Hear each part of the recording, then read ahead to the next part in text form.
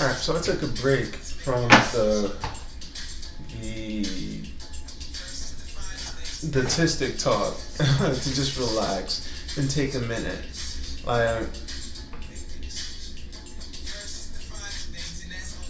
Like, things like transition wise has been like for me has been like really awesome. Like, you know, like I'm learning a lot. I'm pushing myself harder than I've ever pushed before. Like, for one, I don't have a bed. Like, I haven't slept on a bed in like I don't even know how long. And it's like willingly, like not willingly or not willingly, willingly and not willingly. One that like I just don't have the money for it right now. Like all my money's going to rent and not even transportation. Like I'm just like trying to get there. Gotta get to work. How you gotta get to work? I'll leave it at that. So, but like one of the hardest things is that like that like I was just like, all right, I thought I was gonna be tired. Like I am tired, but like I'm not tired. Like I'm happy. Like I've learned now that like what the times that like I'm glad. First of all, I'm grateful that I have the choice to get better. And relatively, I still can't afford it better right now. But that like if I have a job that I'm able to like continue to like earn, then I'm able to save enough to like get it back. But now it's like at the point where I'm like I don't know, because like there's times I've now learned that like there are times when you need a bed and then times when you don't. Like especially if you have that option. Some people never have that option and they need a bed. Some people have that option and they want to get out of bed and they can't. So, I'm blessed to have that option, and like I've determined where I'm just like, all right, like I'm not having this bed, I'm getting sleep when I can, and it's not a bed where like I'm gonna sink in and just sleep all day, because I'll do that. I'll stay in bed and I'll just think. So it's like keeping me out of that. But now I'm in a mode where like I'm out of bed and working and just hustling and grinding. Because you're out of bed, you're not taking rest. You're out of bed. And not having it just narrows that option for me. So it's beyond a little stressful. Not really stressed, just exhausting. And it's pushing me to like see how much I can endure.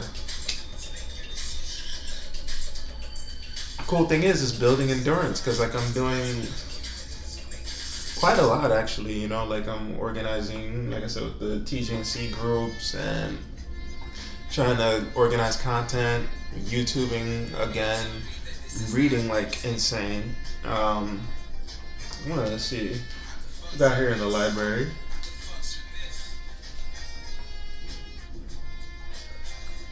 Alright.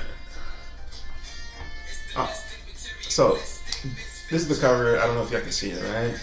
So it's the book Boys Like Her, Trans Fiction by Taste This, foreword by Kate Bornstein. So I recommend this book, and it's like I want to say it's like I want to say it's like a zine, like not in a derogatory way at all, like but it's like an anthology which I guess is a zine, but it's a book. But it's, zine like that, it has, pictures and, the, words are like, like it pops off the page differently. The pictures are really captivating, done really well. They go over the words, they go with the text very well. It's one of those things that you have to like, after you read it again, then you analyze the picture and then you reread it again. And so, Boys Like Her is an adrenaline rush road movie of young queer life and gender transformation. First stop, the Canada-US border. 4 young queers in a borrowed car pull over, notebooks, makeup, clothes, and violin flung out on the concrete. The car is checked for drugs, contraband, fruit, and declared clean. The 4 in the borrowed car are smuggling dangerous goods, but what they're smuggling can't be sniffed out, pawed through, or seized. They're smuggling stories, poetry, scripts, words being sold in performance on stage, felons, all of them. They've memorized their act and now they're speeding away from the border, smiling, self-satisfied, and definitely up to no good. Join Anna, Ivan, Zoe, and Lindell as they evade customs, tell their story, forget underwear, break hearts, and come clean. Surrender yourself to the brash fun of Zoe's Amsterdam sideshow, to the daring day when Ivan first sheds her bikini top, to the fearless audacity of Anna's superhero adventure, and the soulful guiding spirit of Lindell's violin. Experience the world and truth of Taste This, where stories have no hard and fast boundaries, where gender and genre are malleable, where transgression is often the way to the most delightful of transformations. So, my fault. It was a movie. And it's really good. There's a trans character in the book. One of the main characters that I just mentioned is transgender, trans man. And yeah, it's really riveting. You know, like, because a lot of the stuff that they're struggling is gender. You know, that's what